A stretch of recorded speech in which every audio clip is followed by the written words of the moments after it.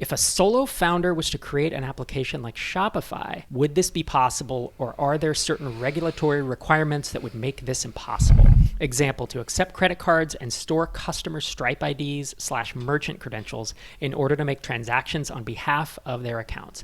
Would this require a certain level of auditing that a single founder operation could not pass? The word that comes to mind for me is resourcefulness. In the early stages, you need to answer these questions. And my general assumption is that the web is now developed enough that there's a way. There's always a way. Many of us who are familiar with Stripe know, actually, there are no requirements around auditing, and you can offload all of that to the payment providers these days because the credit cards never touch your servers. So at CardHook, we built a business that processed $2 billion, and we were never PCI compliant because we didn't need to be.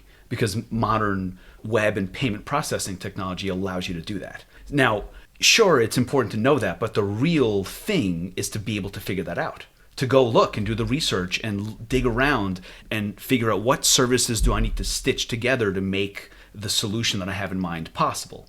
The question sounds to me like more of a mental blocker than an actual blocker. Because you can figure it out, and your job is to figure it out and to build minimally in order to get to the value that you're trying to accomplish. So technically, yes, you can do it. But the more important thing is, regardless of what area you're in, if it's e-com or not, your job as the founder is to just explore and figure it out.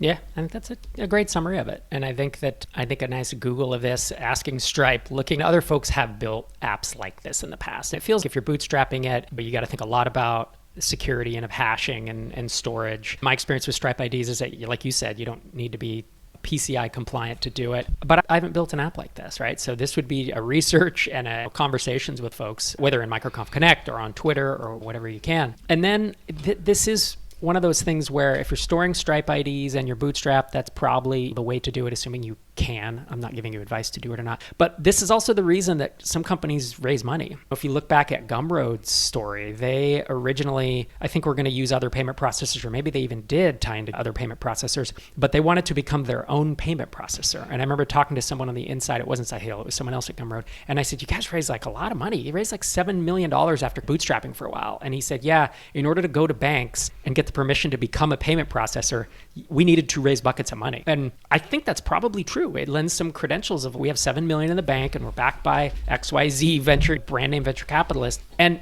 right or wrong, fair or not fair, that lends you a certain amount of credibility and flexibility to then do some things like become your own payment processor. Even that, the complexity of what has been built in tooling around payments, even that is challenged because now there's a company called Phoenix Payments that do all of that for you and allow you to become a payment facilitator by partnering with them.